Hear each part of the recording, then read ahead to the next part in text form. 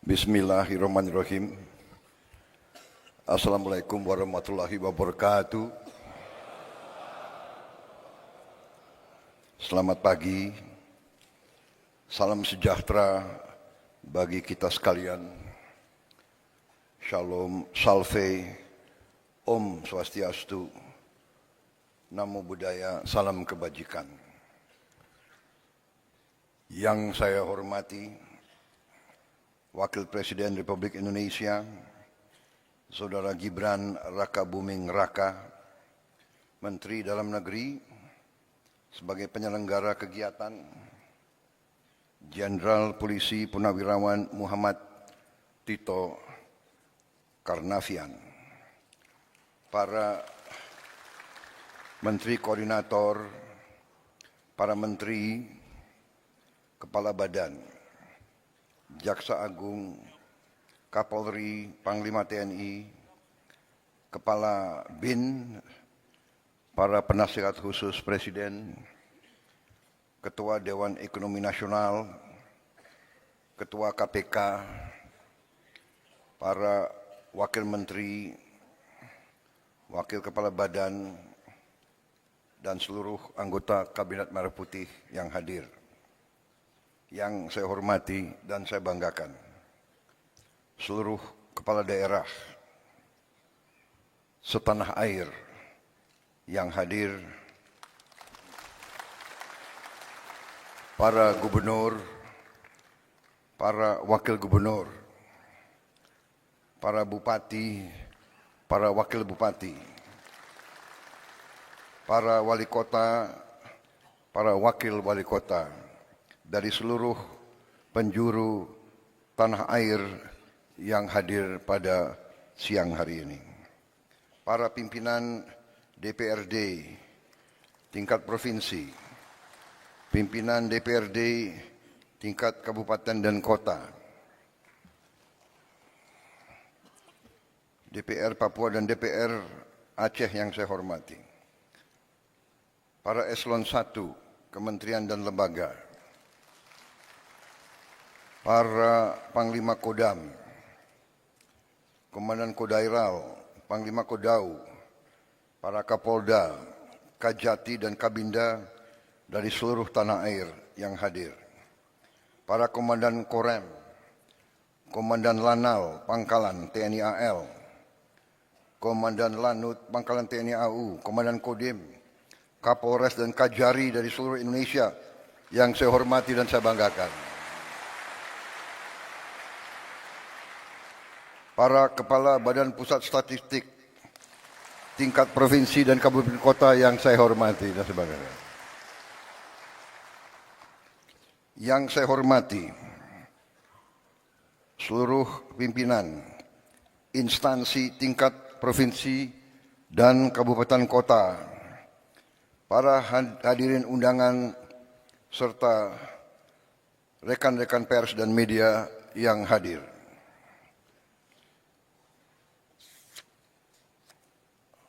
Pertama-tama, sebagai insan yang bertakwa, marilah kita tidak henti-hentinya memanjatkan puji syukur kehadirat Tuhan Maha Besar, Maha Kuasa bagi umat Islam Allah Subhanahu wa Ta'ala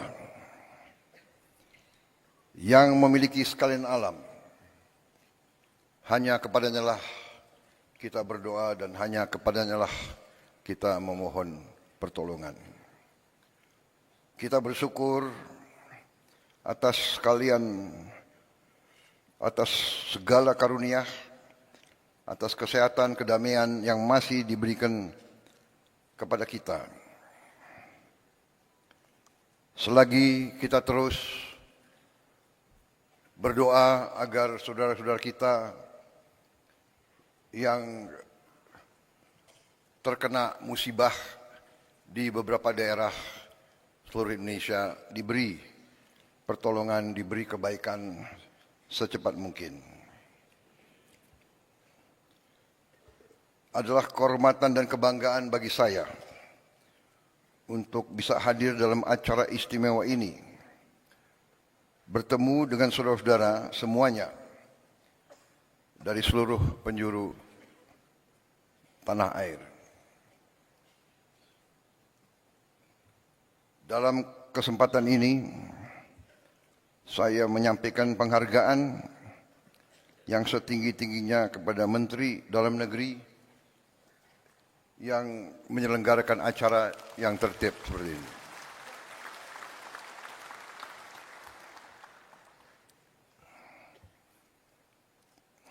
Hati saya bergetar melihat, mendengar dan merasakan semangat saudara-saudara sekalian.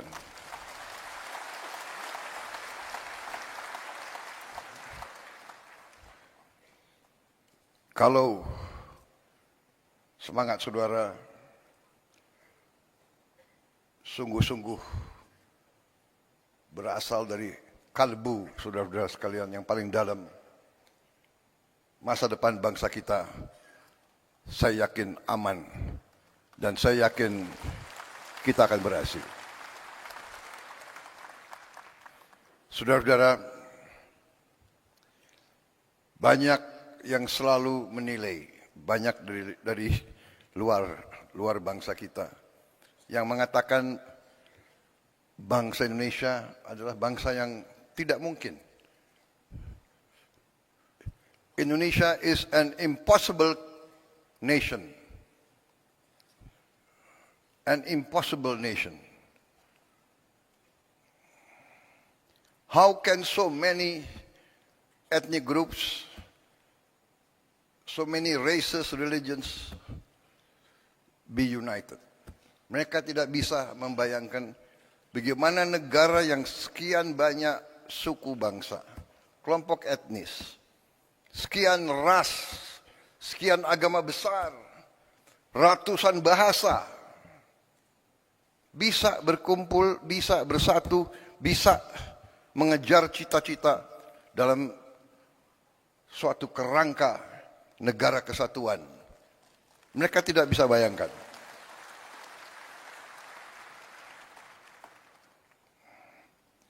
Dan terus terang aja, kita sebagai pemerintahan dari tingkat terpusat sampai tingkat paling dekat sama rakyat, kita harus faham benar peran kita, tugas kita sebagai pemerintahan, sebagai pimpinan rakyat. Bangsa kita, rakyat kita adalah rakyat yang baik, rakyat yang ingin hidup dalam ketenangan dan dalam keadaan harmonis.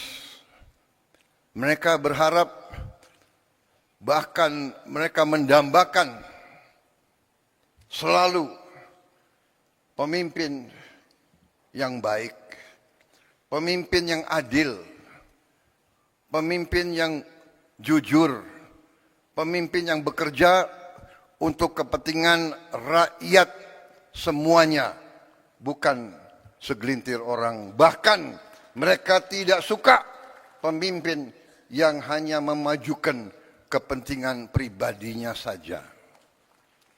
Ini saudara-saudara adalah harapan semua rakyat kita.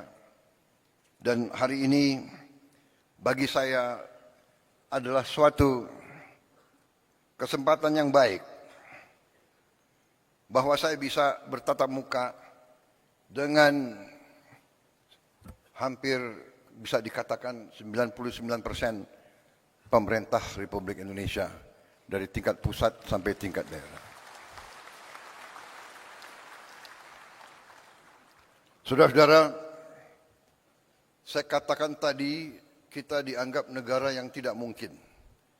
The impossible country, the impossible nation. Tapi kita juga harus jadi pemimpin yang tidak lugu. Kita harus jadi pemimpin yang waspada. Kita harus jadi pemimpin yang mengerti, yang tahu situasi. Kita harus jadi pemimpin yang mengerti sejarah kita, yang mengerti latar belakang bangsa kita, yang mengerti sejarah Nusantara, yang mengerti sejarah daerah-daerah, yang mengerti sejarah Nusantara dari Sabang sampai Merauke. Kita harus paham bahwa ratusan tahun kita ini diintervensi, diganggu, bahkan dijajah. Ini harus kita ngerti, kita harus paham.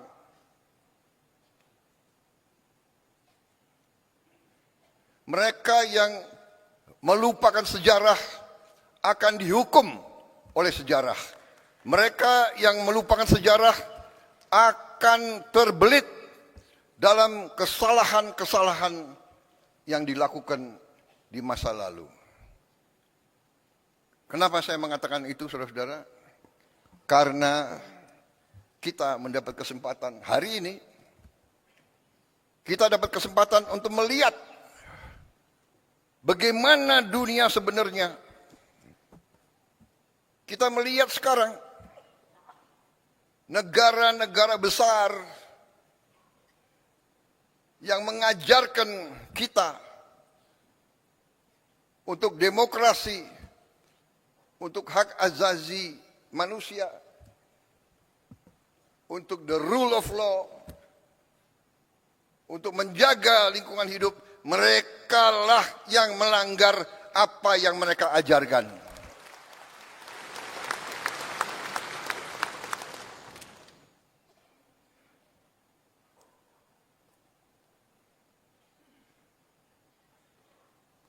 Puluhan ribu wanita, orang tua, anak-anak tidak berdosa dibantai, dan banyak negara yang diam.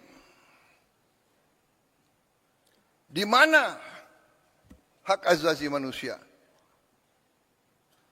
Di mana demokrasi yang mereka ajarkan? Karena itu, saudara-saudara, kita sebagai pemimpin, kita harus waspada, kita harus mengerti. Saudara-saudara sekalian, perjuangan bangsa yang puncaknya ada dalam proklamasi 17 Agustus 1945 dan dalam penyerahan kedaulatan kepada kita yang kita rebut dengan darah, dengan keringat, dan dengan air mata.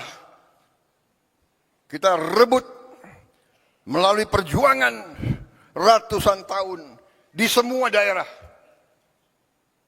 Negara ini yang sekarang, saudara-saudara, yang sekarang ada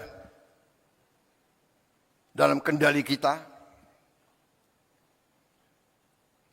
dibangun atas pengorbanan rakyat yang sangat besar.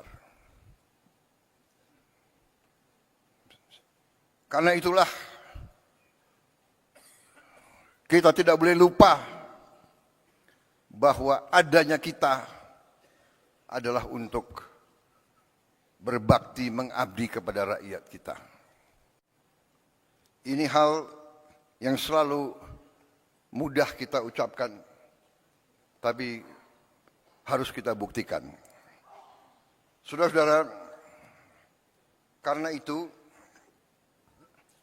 saya ingin dalam taklimat saya menyampaikan beberapa hal. Yang pertama, saudara-saudara, bahwa karena sejarah kita, ya, karena kita pernah dijajah, karena kita pernah mengalami pemerintahan penjajah yang imperialis dan rasialis, bahwa kita, rakyat kita, pribumi kita pernah dianggap lebih rendah dari anjing. Anak-anak muda sekarang tidak merasakan. Saya masih melihat prasasti-prasasti. Yang saya lihat satu prasasti. Tahun 76. Saya ulangi, tahun 78. Tahun 78. 28 tahun setelah kedaulatan kemerdekaan masih ada prasasti di kolam renang Manggarai waktu itu. Sayang mungkin dibongkar. Kadang-kadang kita tidak menghormati sejarah kita. Situs-situs bersejarah dibongkar. Ini para kepala daerah harus memikirkan. Saya mau tanya, di mana stasiun RRI yang digunakan oleh Bung Tomo waktu pertempuran 10 November? Apakah masih ada? Di mana situs-situs Majapahit? Saya dengar ada beberapa yang sudah jadi pabrik. Saudara-saudara. Jadi saudara-saudara, dengan masalah itu, saya ingin juga mengatakan bahwa kita sampai di sini hari ini melalui perjuangan yang lama dan melalui kepemimpinan presiden-presiden dan pemerintahan-pemerintahan yang terlebih dahulu. Presiden dengan pemerintahan, dengan para gubernur, para bupati, yang terdahulu, semuanya telah menyumbang, semuanya telah berkontribusi terhadap kehadiran kita hari ini. Ini saya tidak mengatakan ini sebagai suatu kata-kata indah, ini saya yakini. Karena itu saya selalu mengajak, apapun perbedaan kita, karena kita berbeda, pasti. Kita berbeda suku, kita berbeda ras, mungkin kita berbeda agama, kita berbeda aliran pemikiran politik.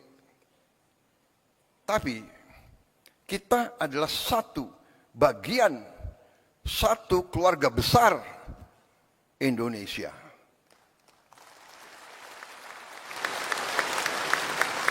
Dan kita bersyukur,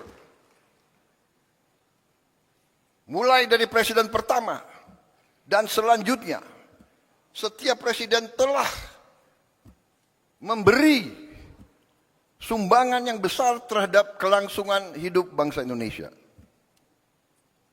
Kalau kita melihat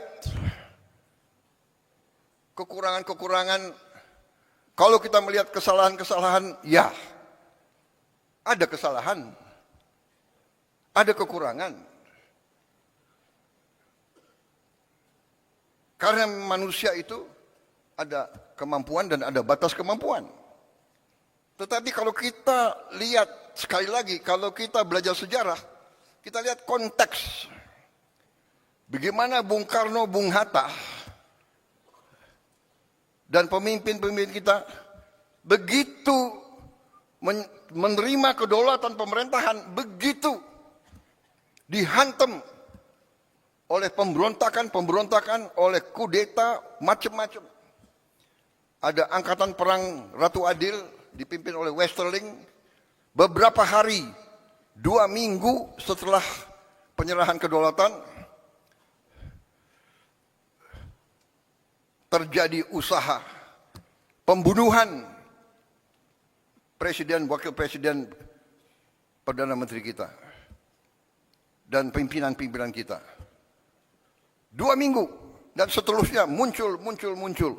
Jadi saudara-saudara, kita harus sadar konsep Indonesia ini tidak disukai oleh banyak kekuatan-kekuatan di dunia. Dan kita terbuka saja. Mungkin beberapa kekuatan-kekuatan yang dekat sama kita. Karena itu saudara-saudara, bahwa dari mulai presiden pertama, kita Indonesia, tapi seluruh dunia berada di tengah perang ideologi besar. Perang ideologi besar di dunia, di mana dunia dipecah menjadi blok. Ada blok komunis dan blok anti komunis. Blok, bisa dikatakan blok demokrasi atau blok kapitalis. Ini kenyataan. Jadi Indonesia, kita harus sadar bahwa kita tidak hidup sendiri. Perang Ukraina akan berpengaruh kepada kita.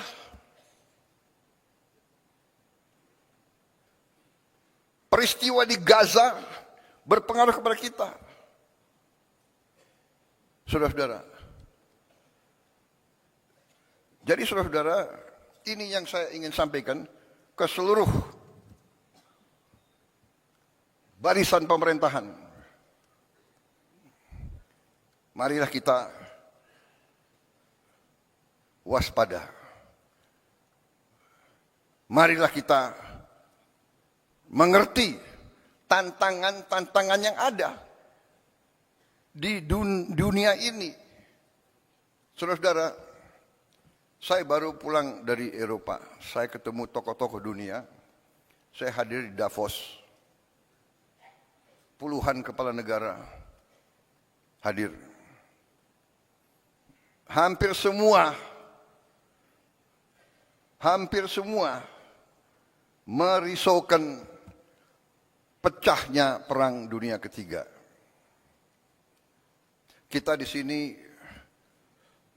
menghadapi tantangan, ya, perubahan iklim mengakibatkan kita menerima banyak bencana dan sebagainya. Tapi sekarang di tingkat dunia mengkhawatirkan akan terjadi perang dunia ketiga. Saudara-saudara, ada simulasi. Kalau terjadi perang dunia ketiga, nuklir, kita yang tidak terlibat saja pasti kena. Kita akan kena partikel-partikel radioaktif. Mungkin ikan-ikan kita nanti akan terkontaminasi semua. Akan terjadi nuclear winter. Karena debunya akan menutup matahari. Dan menutup mataharinya tidak 1 tahun, tidak 2 tahun, tidak 3 tahun. Para ahli mengatakan bisa winternya itu puluhan tahun. Ini yang dibicarakan di dunia. Karena itu saya jalankan sebagai mandataris meneruskan warisan pendiri-pendiri bangsa kita. Saya menjalankan politik luar negeri yang menganut tetap garis kita bebas aktif tapi non-aligned, non-block. Kita tidak akan ikut fakta militer manapun.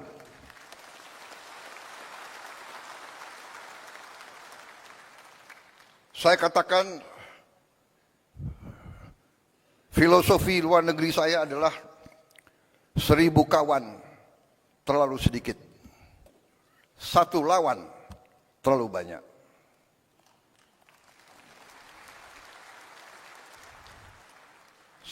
Apalagi 1 musuh.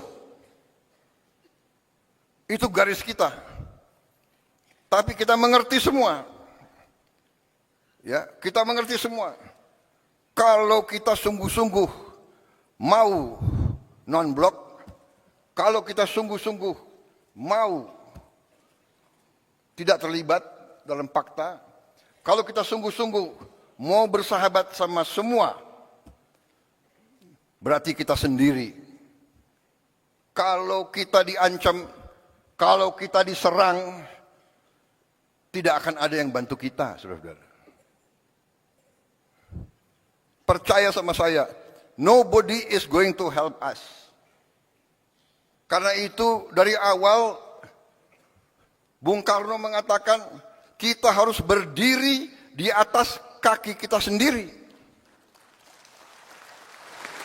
Dan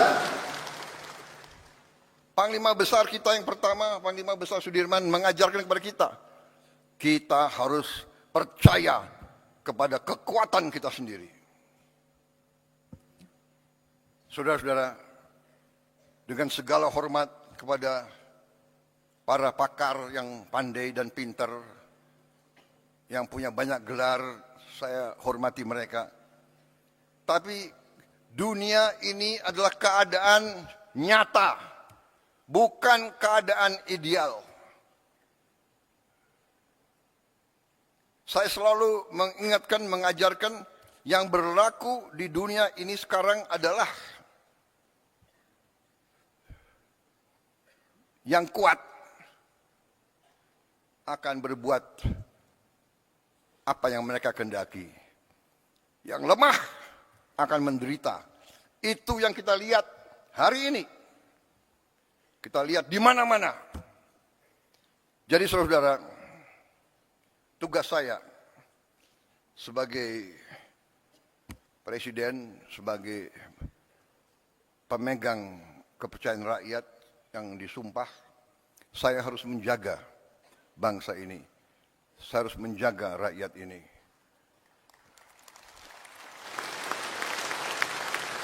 Kadang-kadang gampang untuk kita bilang, gampang kita ngomong. Tapi kadang-kadang tidak gampang untuk dilaksanakan. Kadang-kadang hati kita bergejolak. Tapi kita harus senyum. Karena kita sudah memilih akan baik sama semua. Untuk melindungi rakyat kita. Kita tidak bisa emosional. Kita tidak bisa terlalu idealis. Karena yang berlaku adalah dunia nyata, saudara-saudara. Karena kita tidak mau perang, kita harus siap untuk perang. Kita tidak niat mengancam siapa, tapi selalu mereka ganggu kita. Kenapa saudara-saudara? Karena Indonesia, Nusantara kita, semua pulau-pulau kita adalah kaya dengan sumber daya alam yang luar biasa. Karena inilah negara-negara Eropa ratusan tahun ke kita. Negara-negara di utara ke kita. Mereka ke kita ratusan tahun, Belanda, Portugis, Spanyol, Prancis, Inggris, Jepang, Mongol. Mereka ke sini bukan untuk wisata.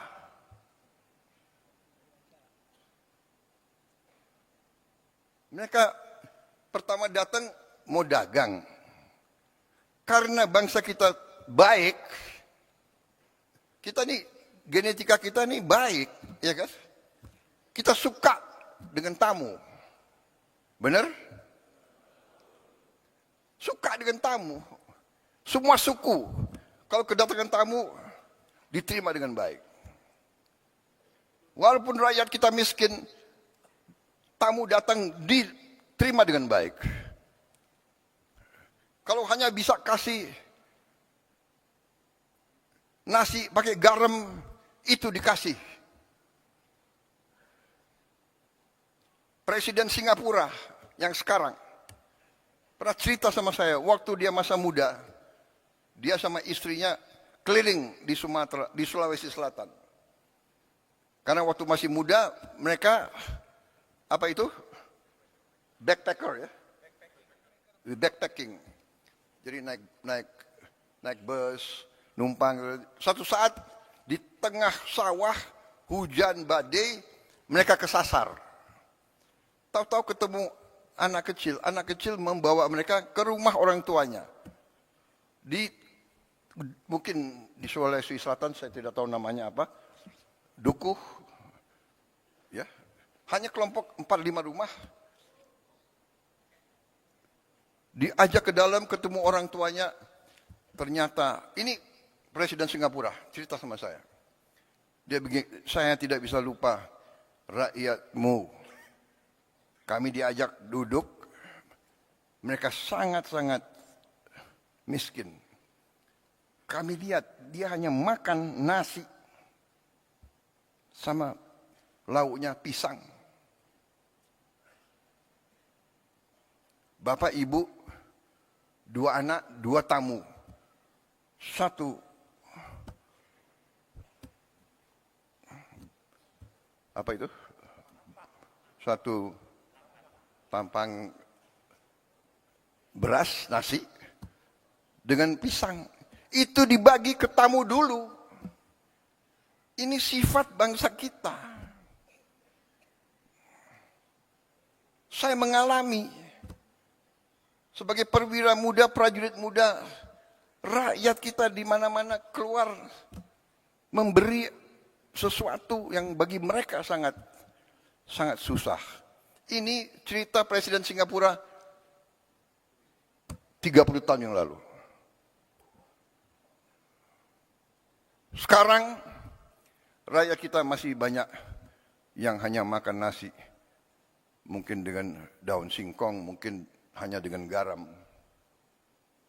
Saudara-saudara sekalian, karena itu kita hormati semua pendahulu, tapi kita harus faham bahwa kita masih menghadapi kesulitan.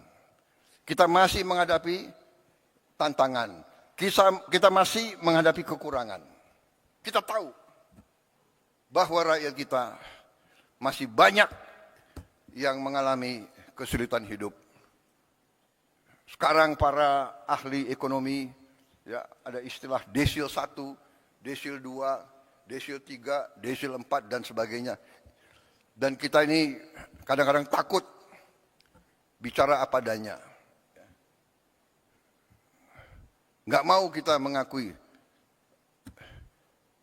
Kita nggak mau bilang miskin, nggak enak. Prasejahtera.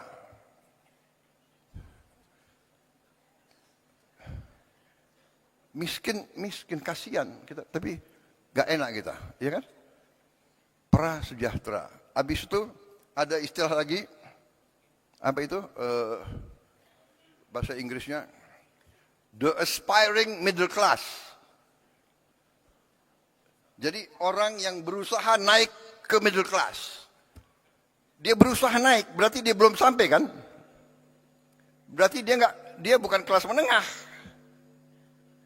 Kalau dia nggak kelas menengah, dia kelas apa? Ya. Tapi dia aspiring middle class.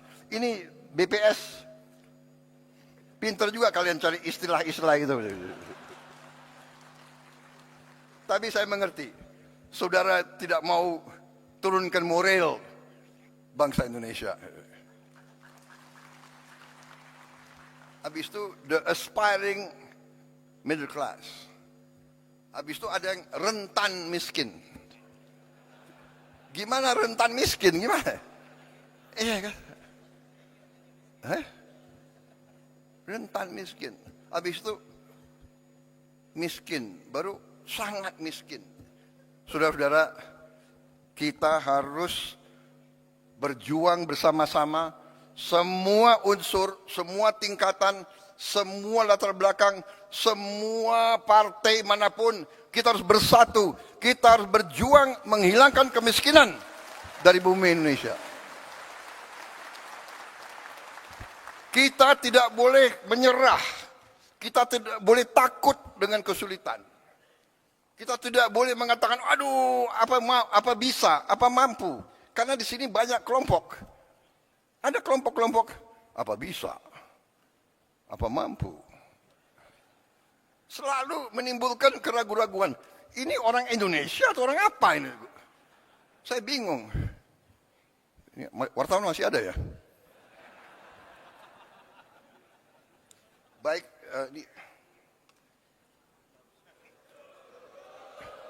enggak, ini baru pembukaan.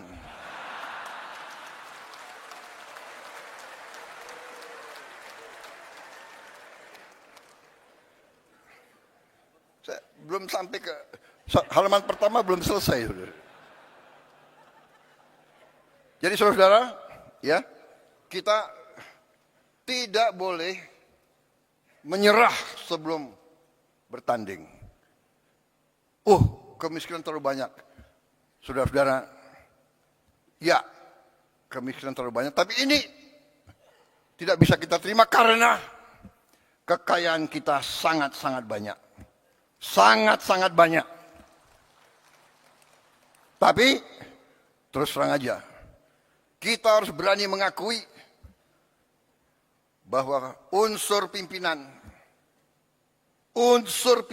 di semua tingkat, unsur elit. Apa arti elit? Elit itu ya pemimpin, elit ya di atas.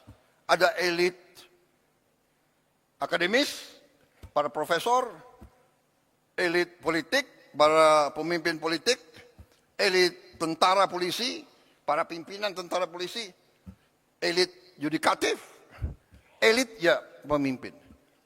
Kita harus akui bahwa elit Indonesia masih kurang dalam tugasnya menjaga dan mengelola kekayaan bangsa Indonesia. Dan ini sekarang saya gugah kita semua.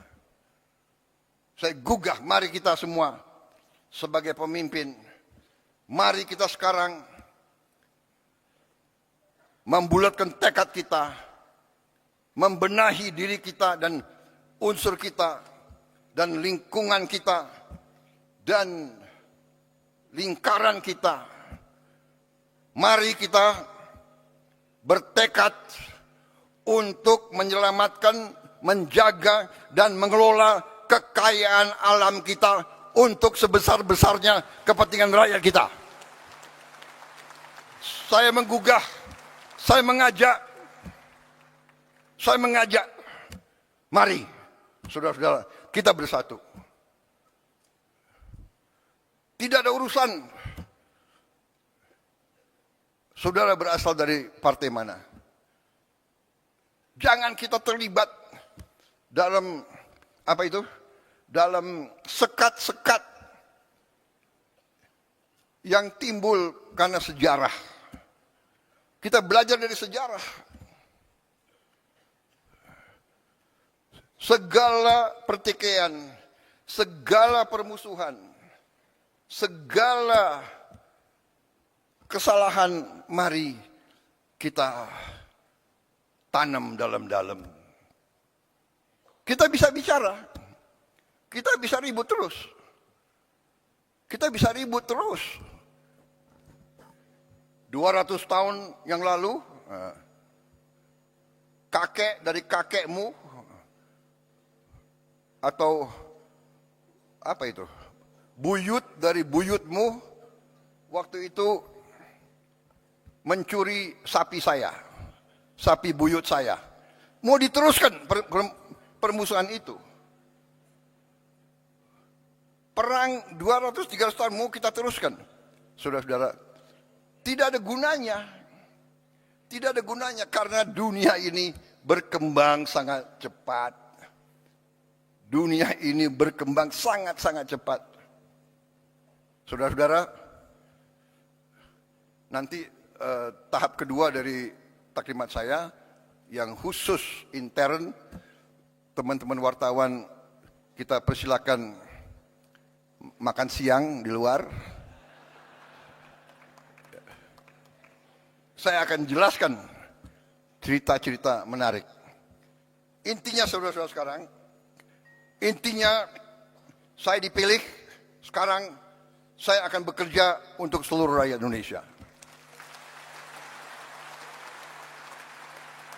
Saya tidak akan tanya, ini gubernurnya partai mana ya? Dulu milih calon nomor 1, nomor 2, atau nomor 3. Saya nggak akan tanya. Buktinya, saya kalah di Sumatera Barat, benar? Tapi tetap MBG sampai ke Sumatera Barat. Tetap Koperasi Merah Putih. Tetap kita bangun, kita rehabilitasi Sumatera Barat. Saya juga kalah di Aceh kan. Tapi tetap kita bangun Aceh habis-habisan. Gak ada. Tidak boleh ada permusuhan, tidak boleh ada sakit hati. Kalah menang biasa, karena kita mengabdi untuk bangsa dan rakyat Indonesia.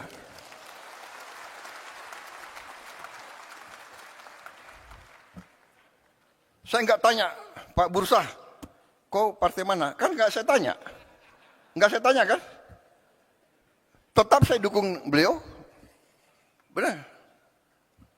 Karena istrimu kan Gerindra. Tapi saya nggak tanya dia. Saya nggak tanya dia. Kebetulan istrinya Gerindra. Nggak ada urusan saya. Kalau Gerindra brengsek, Gerindra pun saya tangkap. Saudara-saudara. Ya? Jangan macam-macam. Nggak ada itu. Kita semua bergerak. Jadi persaingan, pertandingan ya pertandingan. Kalau ada pemilihan harus ada pemilihan. 2 calon, 3 calon, 5 calon, nggak apa-apa, bagus. Tapi begitu selesai, sudahlah, kerja. Nah ini yang ini yang saya tawarkan. Ayo bekerja untuk rakyat. Pak Pram dari PDIP. Tapi tetap saya akan dukung sebagai gubernur DKI. Karena tugas saya, kewajiban saya adalah seluruh rakyat Indonesia, termasuk rakyat DKI. Walaupun gubernurnya partai lain, saya akan dukung beliau supaya DKI aman dan selamat. Kan begitu. Nanti 2029 ya terserah. Iya kan, gak apa-apa. Gak apa-apa, bener. Jadi saudara-saudara, saya sedikit jelaskan ya. Yang saya lakukan sekarang, yang saya tawarkan kemarin waktu saya dipilih sebelumnya adalah saya ingin dan saya punya dan saya menyebarluaskan sesuatu yang saya pelajari sekian puluh tahun sehingga saya membuat dan saya pelajari dalam negeri dan luar negeri. Saya keliling, saya kawan-kawan saya banyak. Saya keliling. Tiap kali saya suatu negara, walaupun saya nggak berkuasa dulu, saya datang ke Pak Mahathir. Waktu dia lagi kuat-kuatnya, Pak Mahathir, bagaimana Bapak menghadapi korupsi? Saya tanya, Pak, yang mengganjel saya sebagai patriot Indonesia adalah korupsi yang terlalu banyak di Indonesia. Bagaimana Bapak menghandle? Dia kasih pelajaran, dia kasih tips-tipsnya. Dia bilang, you bisa atasi korupsi hanya melalui pendidikan. Pendidikan begitu vital. Habis itu saya ketemu pemimpin di Thailand, saya tanya. Saya ketemu pemimpin di mana-mana. Sehingga saya membuat satu strategi yang sudah ada di buku, yaitu saya beri nama strategi transformasi bangsa. Jadi kita mau menjadi negara maju modern. Ya.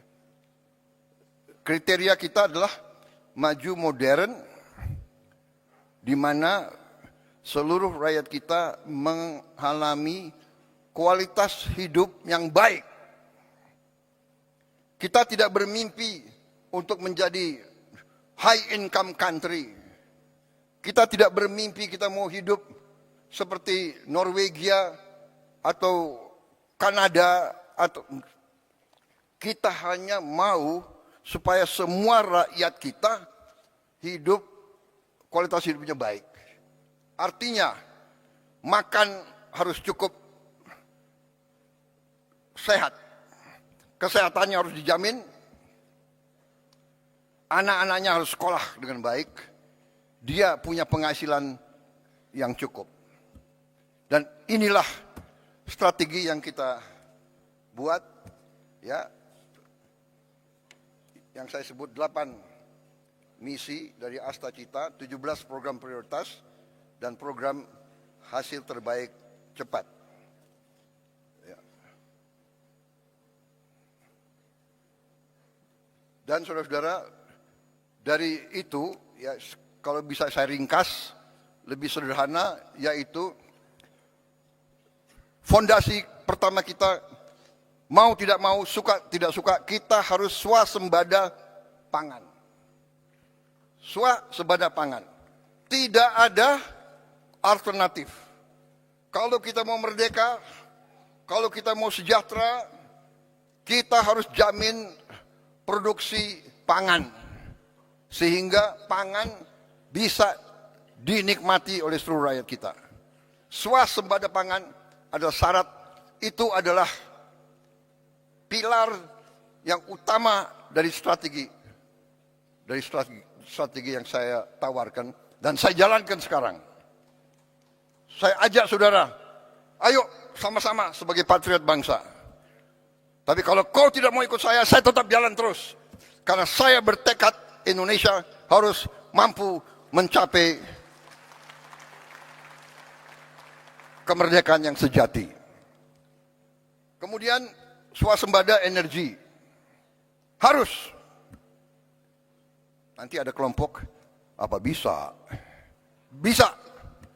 Kita sudah hitung. Kita punya kelebihan-kelebihan luar biasa. Kenapa kelapa sawit bagi saya katakan itu miracle crop. It is a miracle crop. Ada kelompok nyinyir, kenapa kelapa sawit? Ya kan? Loh, Prabowo mau bikin kelapa sawit. Ya, untuk rakyat Indonesia. Karena kelapa sawit itu tidak hanya untuk minyak goreng. Saya ke dunia keliling-keliling, hampir semua pemimpin negara minta ke saya, kami mohon Indonesia tolong supply kelapa sawit, CPO. Saya ke Mesir, saya ke Pakistan, saya ke Rusia, saya ke Belarus, di mana-mana, tolong kelapa sawit, tolong. Artinya, it's a very strategic commodity. Karena dari kelapa sawit, kita bisa punya puluhan derivatif. Cat dinding dari butuh kelapa sawit. Makanan, roti harus pakai minyak kelapa sawit. Dan nanti minyak kelapa. Dan sebagainya, dan sebagainya, dan sebagainya. Sabun. Berapa miliar rakyat dunia harus mandi tiap hari.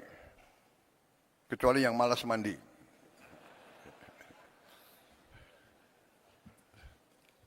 Kadang-kadang pasukan komando mandinya sekali 2 minggu itu.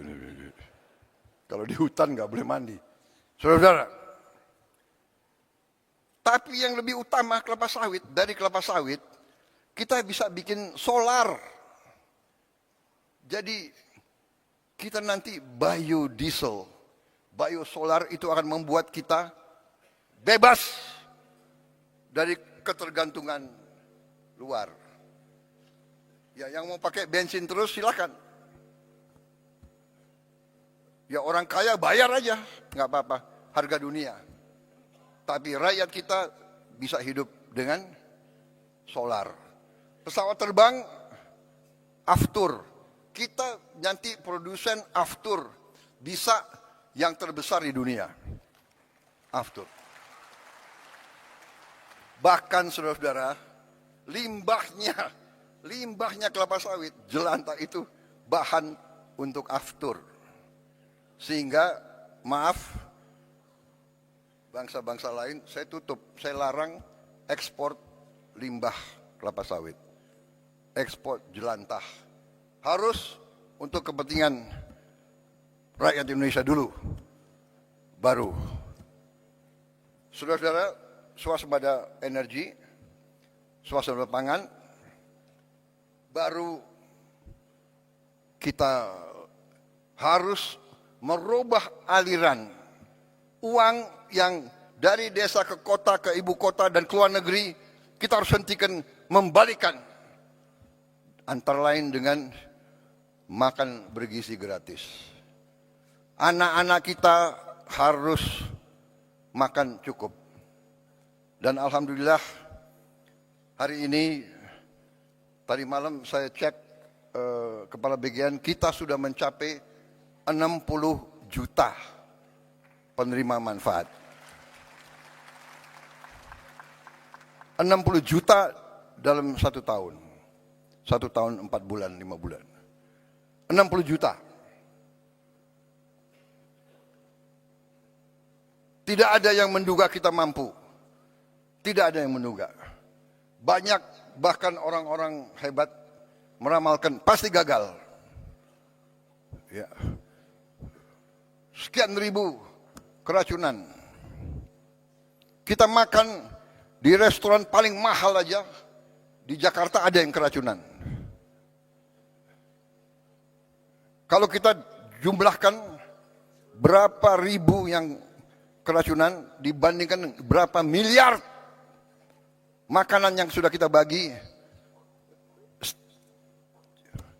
statistiknya adalah 0,008 atau 7. Artinya apa? Artinya 99,99 usaha MBG harus dinyatakan berhasil.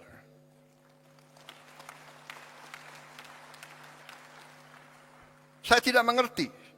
Ya, mungkin dasarnya adalah menganggap lawan politik apa saja dibuat harus diserang, harus dijelek-jelekan. Ya inilah usaha kita untuk menjelaskan. Tetapi saya hanya ingin beritahu saudara-saudara, saya baru 1 hari yang lalu, para ahli pakar dari White House sedang mempelajari MBG kita ini. Sedang mempelajari MBG kita sendiri. 3 bulan, 4 bulan yang lalu saya terima rombongan dari Rockefeller Institute. Datang ke saya. Dan dia mengatakan, makan bergizi gratis itu adalah investasi yang terbaik yang bisa dilakukan oleh suatu negara.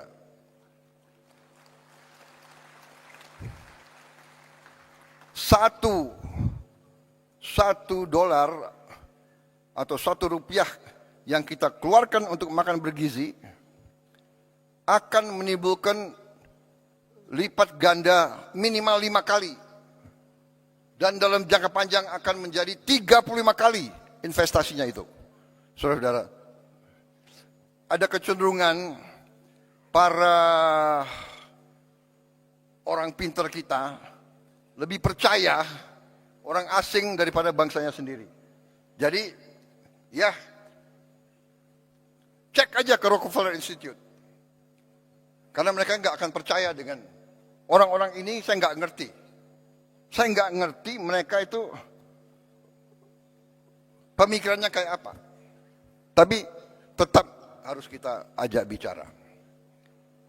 Saudara-saudara, saya nanti, saudara mungkin 2-3 minggu lagi, ya kalau saya bicara di sini saya harus bertanggung jawab. Ini media, ini cover saya. Banyak lagi nunggu. Kalau bisa, wah ini blunder apa lagi Prabowo akan bicara gitu. Iya kan? Sorry ya.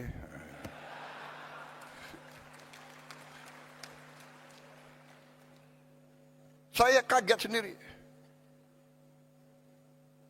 Menteri Kesehatan, you boleh cek. Kan ini direkam. Secretary of Health dari Amerika Serikat, saya dapat berita, ingin jumpa dengan saya, ingin bertanya tentang MBG. Saudara-saudara. Dan MBG kita ini sudah sampai 60 juta hari ini. Kita akan mencapai 82 juta paling lambat Desember 2026. Paling lambat. Dengan kondisi sekarang saja,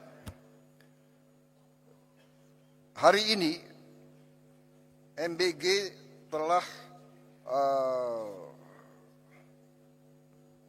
ada dapur ya SPPG yang sudah operasional 22.275 dapur operasional. Dalam proses penilaian dan pengajuan 13.829.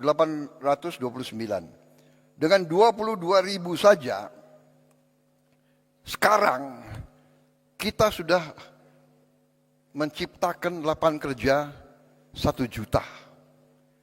22.000 kali 50 orang. Yang digaji tiap hari. Sudah kita ciptakan lapangan kerja 1 juta. Dan 22.000 dapur itu membutuhkan pemasok.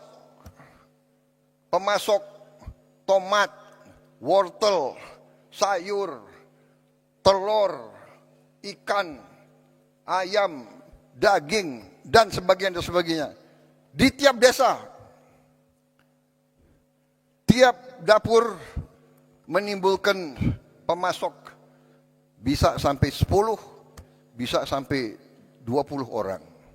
Itu nanti di ujungnya kalau kita sampai 82 juta, kita akan menciptakan 3 sampai 5 juta lapangan kerja. Saudara-saudara. Kita semua faham rakyat kita butuh pekerjaan. Tapi kalau kita teriak, kita mencela, menghardik, ya, nggak akan tercipta. Saya buktikan kepada saudara-saudara, Prabowo Subianto sebagai Presiden Republik Indonesia, saya telah menghasilkan sekarang 1 juta lapangan kerja. Hanya dari MBG. Dan ada tuduhan untuk menjelekkan kita sebagai bangsa. Jadi begini ya, kalau saudara tidak suka dengan 2-3 orang, jangan merusak seluruh bangsa. Kalau tidak suka sama Prabowo, silahkan. 2029 bertarung. Iya kan?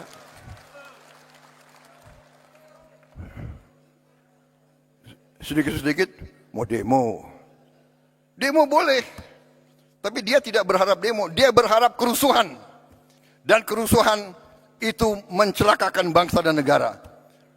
Saudara-saudara. Kerusuhan mencelakakan bangsa dan negara. Bakar-bakar, bom molotov, saya katakan itu membahayakan. Itu pidana. Saya tidak ragu-ragu. Kalau demo silakan, tapi mau bagaimana mau demo? Kamu 5.000 kali demo, tidak akan ada satu pabrik dibuka. Jadi kelompok-kelompok ini sadar atau tidak sadar, saya yakin mereka dikendalikan oleh kekuatan asing. Yakin saya. Yakin saya dan saya punya bukti.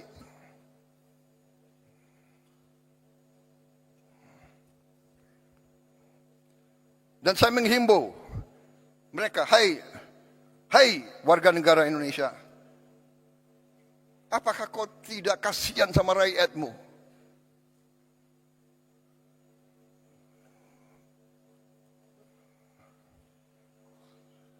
Saudara-saudara, saya tadi sudah tayangkan capaian-capaian kita,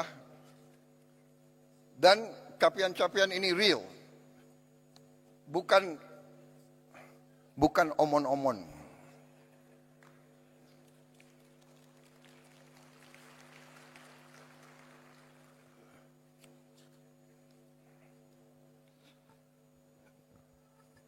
Kita telah bentuk dana Sovereign Wealth Fund. Saya telah menghimpun semua kekuatan milik negara dalam satu manajemen, satu pengelolaan yang nilainya adalah 1 triliun US dollar. Terus lengkapnya adalah 1040 miliar dolar aset under management. Saudara-saudara, tadinya terpecah-pecah dalam 1040 perusahaan. Bayangkan nggak? Siapa yang bisa manage 1000 perusahaan? Ini akal-akalan. Saya katakan, pimpinan-pimpinan BUMN yang dulu harus bertanggung jawab. Jangan enak-enak kau. Siap-siap kau dipanggil kejaksaan.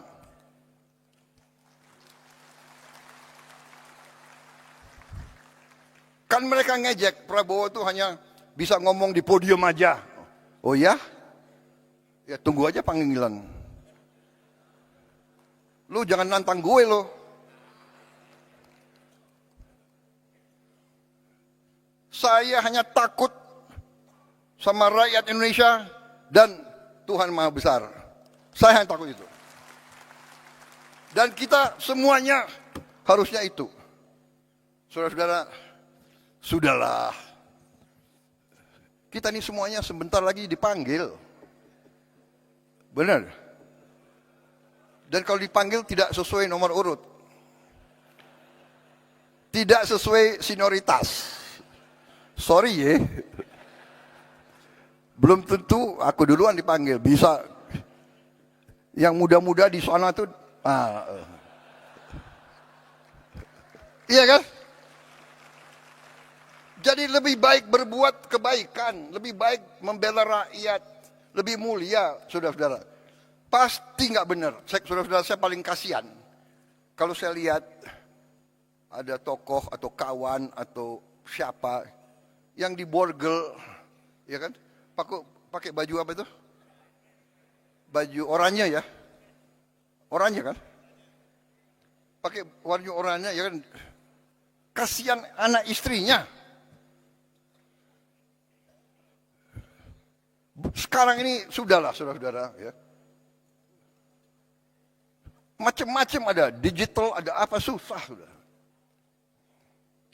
Saudara-saudara, kita tadi saya sudah katakan kita sudah mencapai 60 juta penerima manfaat tiap hari. Ibu hamil kita antar makanan. Coba tanya di dunia ini. Saudara-saudara kita nih sekarang jadi role model. Kita mau dipelajari.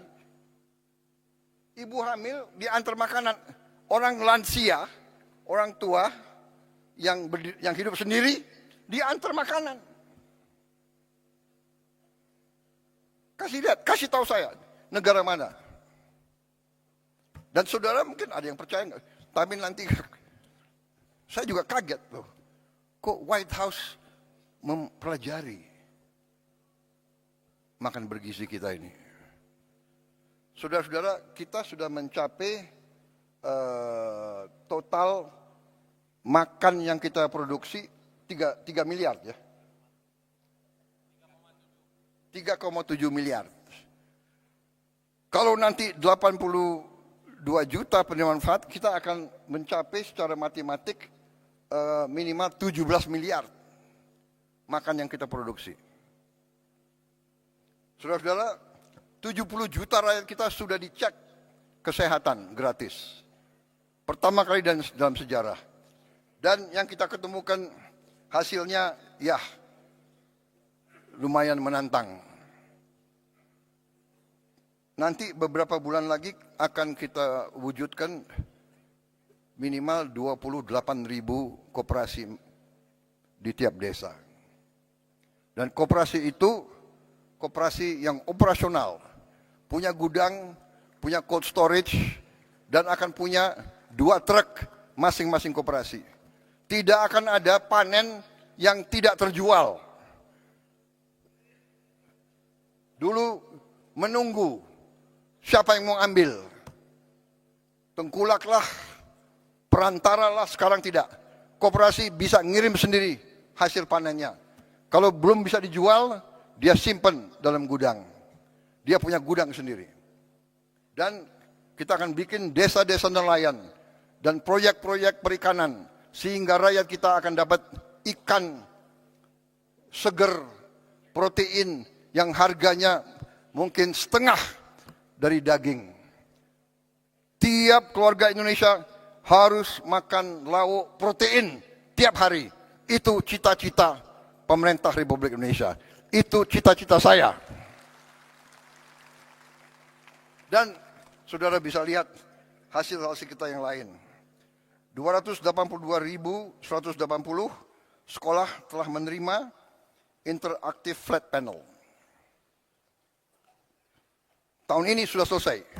Hampir semua sekolah, termasuk yang terluar dan yang terpencil, yang tertinggal, sudah menerima.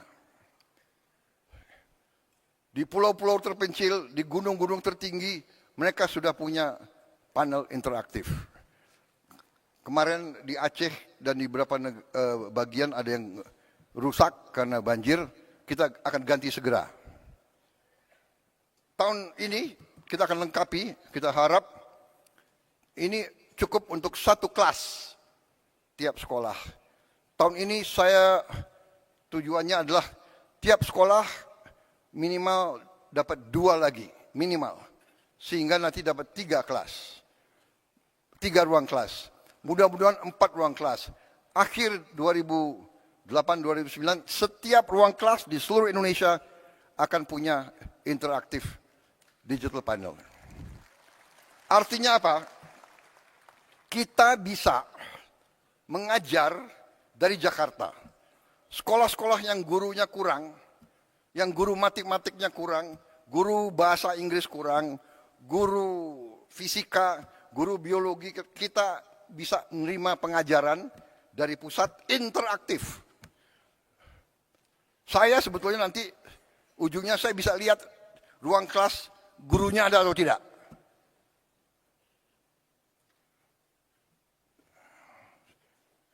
Saudara-saudara, kita tadi hasil produksi kita tertinggi dalam sejarah, cadangan beras kita di Bulog tertinggi dalam sejarah.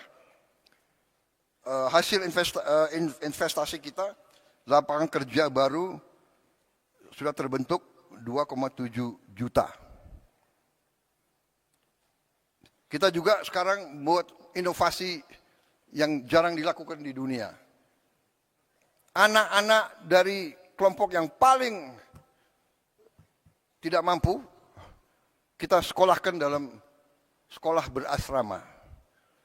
Kita keluarkan dari lingkaran kemiskinan, kita beri pendidikan yang terbaik. Anak-anak yang tidak mungkin sekolah, kita sekolah dan kita akan terus. Tidak boleh ada anak di jalanan yang tidak sekolah. Kita akan ambil semua. Saudara-saudara sekalian,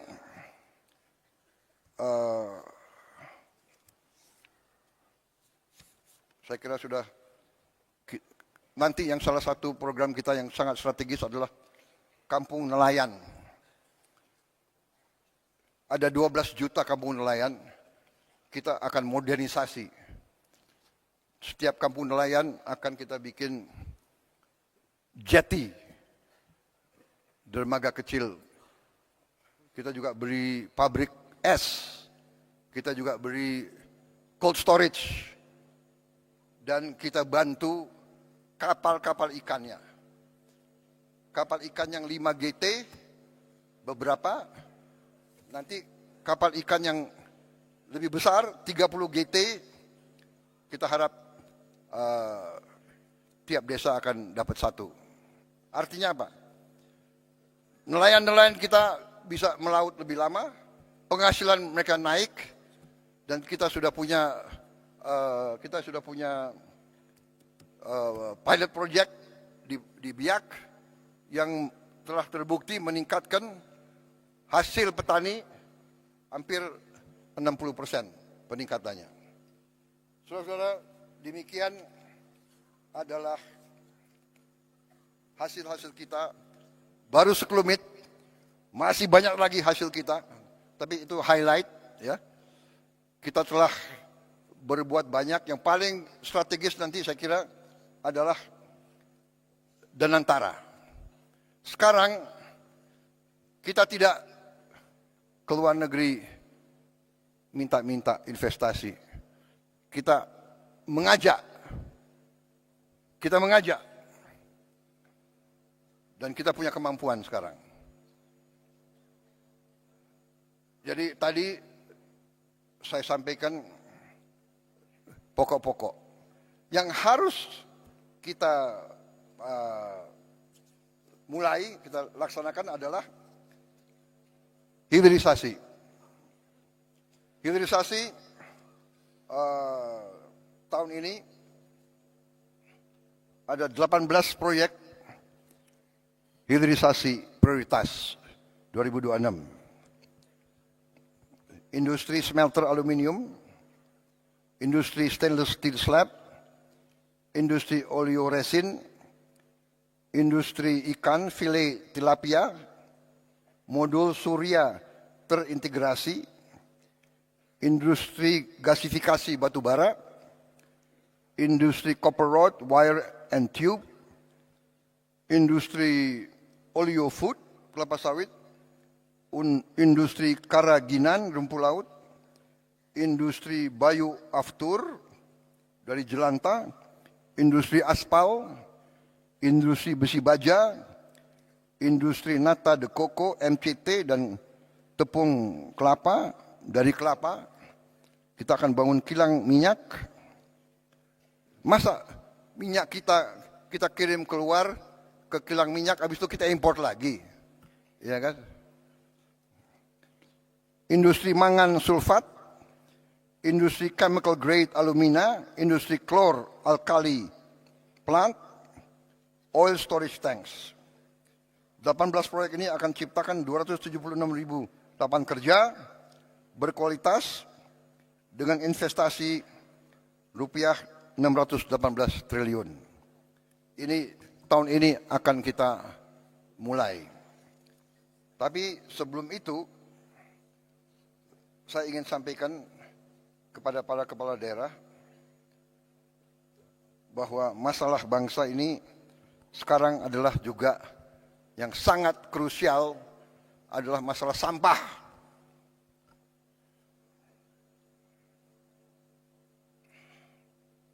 Sampah ini menjadi masalah. Diproyeksi hampir semua TPA sampah akan mengalami over capacity pada tahun 2028, bahkan lebih cepat. Untuk itu, tahun ini kita akan buka 34 proyek pembangunan waste to energy di 34 kota. Ini saya minta groundbreaking berapa bulan ini dilaksanakan. Ini kita perkirakan 2 tahun lagi sudah berfungsi. Ini investasi cukup besar, totalnya itu hampir $3,5 miliar untuk 34 titik itu.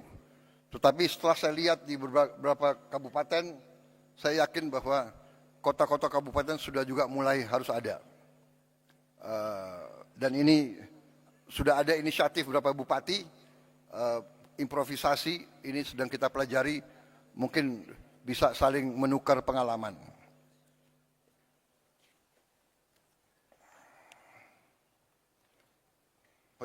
Penyelesaian masalah sampah, kita perlu kerjasama antara pemerintah pusat dan pemerintah daerah, tapi kita tidak boleh menunggu.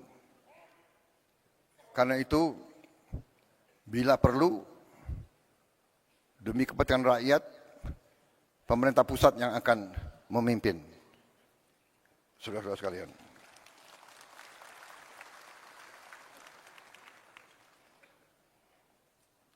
Saudara-saudara sekalian, saya ingin sekarang membahas masalah juga yang penting. Salah satu masalah tadi kita lihat sampah di mana-mana, ya. Ini harus kita selesaikan.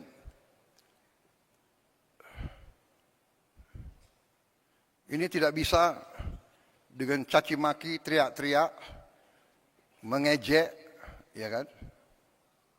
Tidak bisa. Ini harus kerja benar. Realita. Ini realita. Saudara-saudara, salah satu yang kita mengerti, yang selalu kelompok itu, kita butuh lapangan kerja. Kita butuh lapangan kerja. Ada gap antara yang kaya dan miskin. Mengerti kita. Kita sudah mengerti masalahnya, ini kita sedang atasi.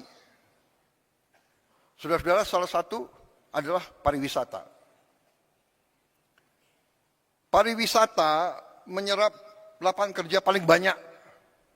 Menyiapkannya juga paling cepat dan lebih murah dari yang lain-lain. Tapi saya menggugah saudara-saudara sekalian. Pariwisata, apakah turis mau datang melihat sampah?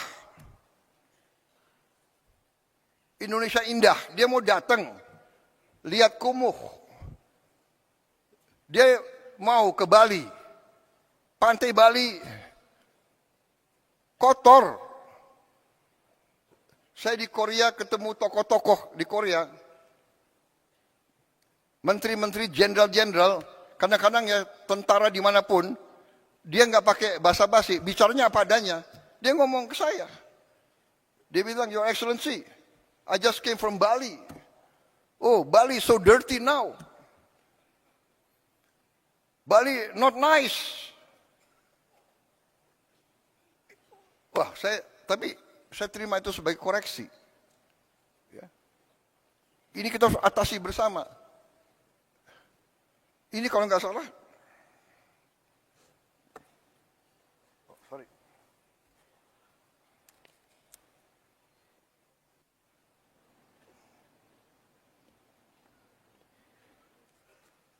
Sebetulnya saya sudah memenuhi syarat sebagai lansia. Jadi pakai kacamata nggak apa-apa ya.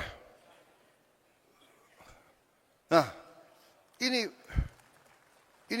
maaf ya, gubernur, bupati dari Bali ini real loh.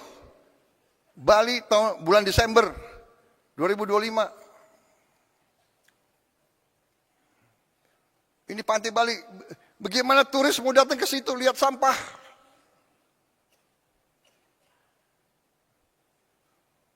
Gubernur, bupati, SMA, SMP, SD, di bawah kendali saudara. Apa susahnya sih? Entah hari Sabtu, hari Jumat, semua anak sekolah kumpul di pantai ini. Ini pantai kita, ini halaman kita. Ayo kita bersihkan rame-rame, korve.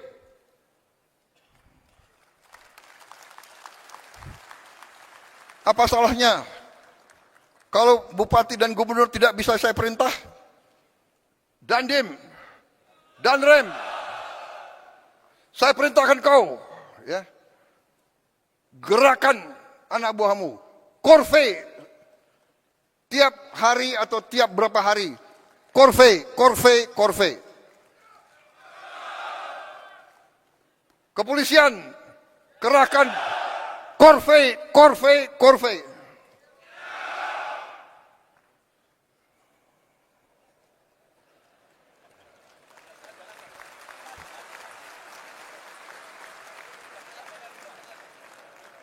Dan antara semua BUMN, ribuan anak buahnya korve.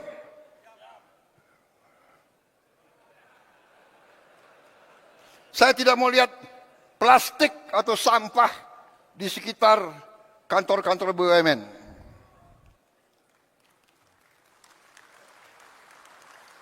Semua menteri KL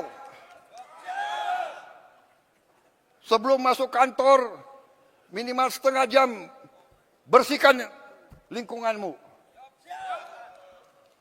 Benar ya? Jangan siap-siap tidak.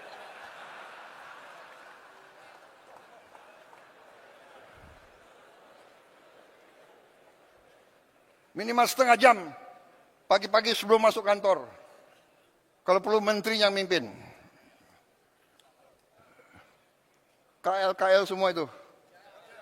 Semua kantor. Ya. Kita ini sekarang harus menyatakan perang terhadap sampah.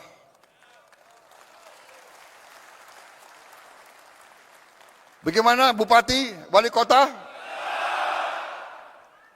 Ini untuk rakyat kita. Sampah itu bencana, sampah itu penyakit. Kita akan berbuat, kita akan dukung, saudara-saudara. Ya.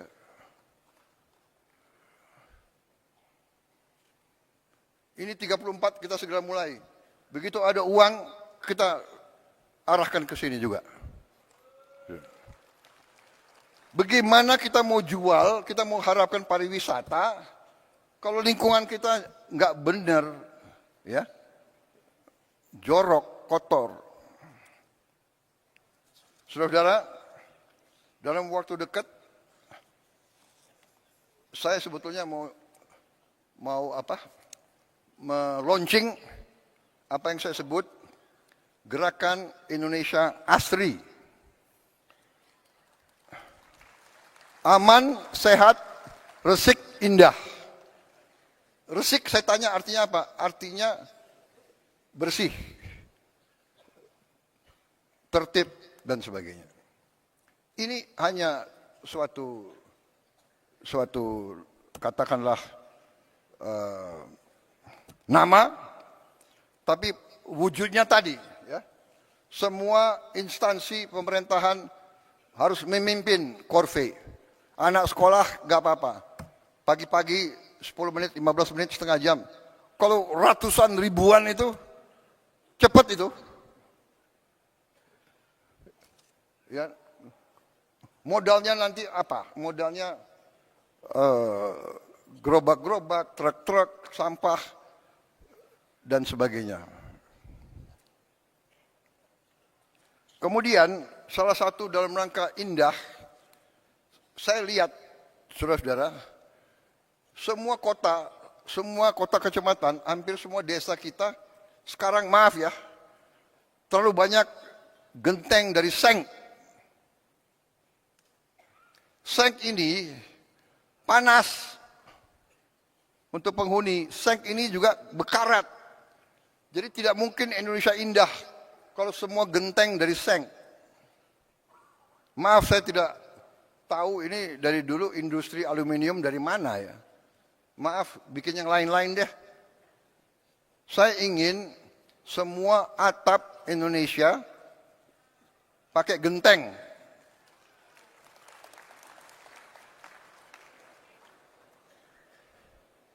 Ya. Jadi nanti ini gerakannya adalah proyeknya adalah proyek gentengisasi seluruh Indonesia. Alat-alat genteng itu, alat pabrik genteng itu tidak mahal. Jadi nanti koperasi merah putih akan kita lengkapi dengan pabrik genteng. Genteng itu bahan bakunya dari tanah dan dengan dicampur dengan beberapa zat limbah lainnya bisa ringan dan kuat. Saya dapat laporan dari profesor-profesor kita bahwa limbah dari batu bara ya, ash itu dari batu bara ya, itu dicampur dengan tanah, bahan genteng yang baik. Jadi saudara-saudara, kita akan bantu saudara Ya, nah itu. Sebelum gentengisasi, sesudah gentengisasi.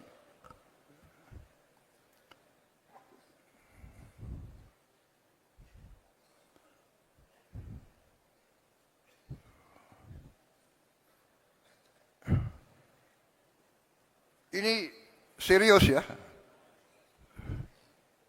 Bupati wali kota yang tidak mau kotanya indah, terserah. Yang mau, ayo bersama kita bikin kotamu indah, bikin kecamatanmu indah, bikin desamu indah. Bagaimana? Saudara-saudara, mungkin hal ini nggak ada di buku. Tapi kalau kita ingat, nenek kita, kakek kita, atasnya itu dulu pakai rumbia, atau pakai ijuk, atau pakai sirap. Benar kan? Atau pakai bahan-bahan dari alam. Jadi sejuk.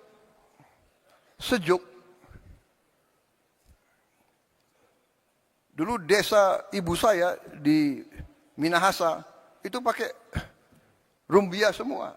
Sejuk. Sekarang seng.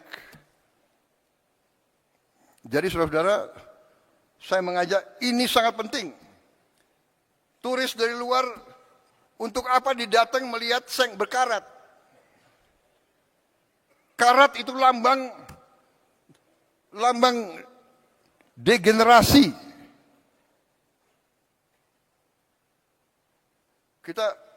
Saya berharap dalam 2-3 tahun Indonesia tidak akan kelihatan karat.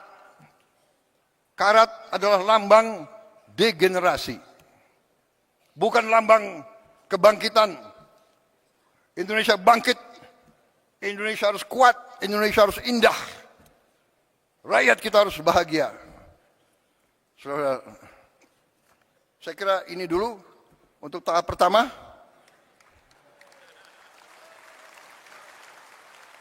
Waktu mungkin untuk Isyoma, ya. Nanti kembali saya kasih beberapa pengarahan yang mungkin khusus untuk para pemerintah saja. Terima kasih untuk sementara. Saya break dulu. Saya sudah bicara tadi berapa lamanya? 2 jam ya? Ya, tahap yang kedua ini tidak akan 2 jam. Mudah-mudahan. Saya berusaha 1 jam lagi ya. Tapi sekarang kita break, Isyoma.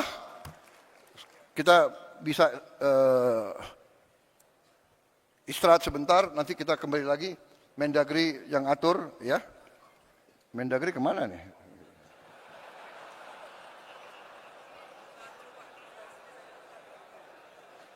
Oh, sekarang saya harus buka. Saya buka. Oh ya, ini ada. Pakai apa? Oh.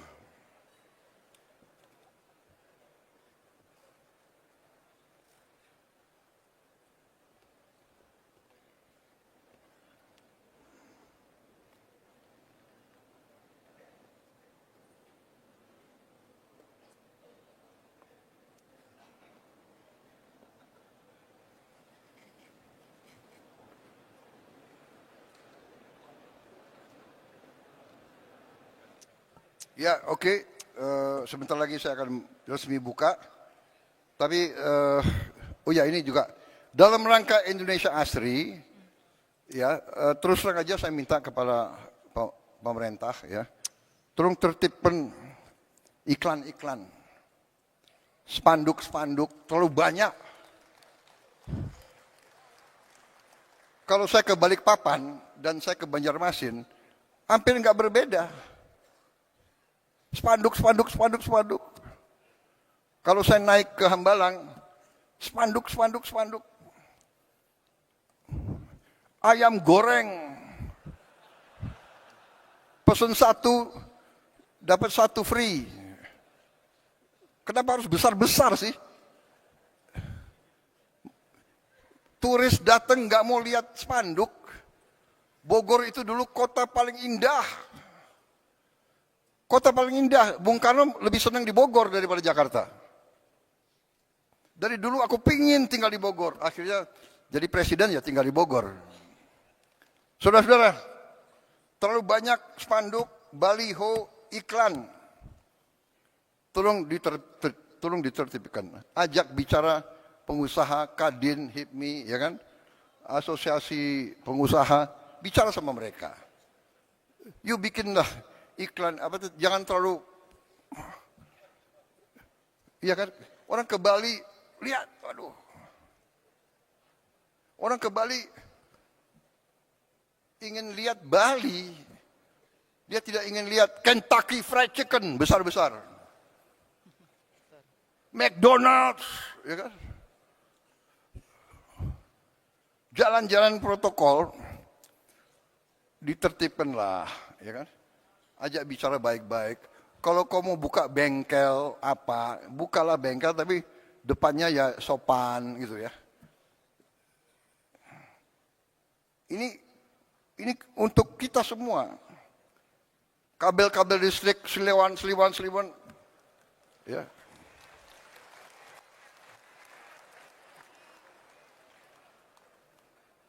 Baik, ini saya dapat apa? Pointers dari staff. Seskap. Mohon izin Pak, wartawan masih di lokasi.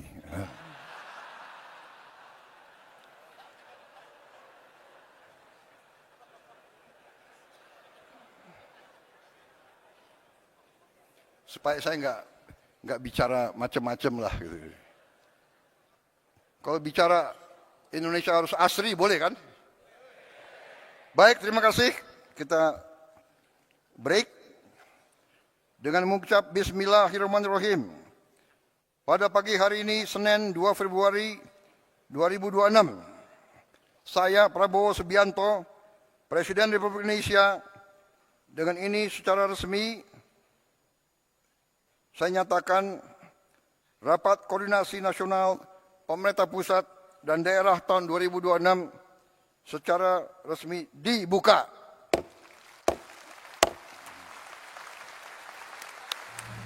Terima kasih. Sampai ketemu pada sesi kedua. Selesai. Dengan demikian, Rakornas Pemerintah Pusat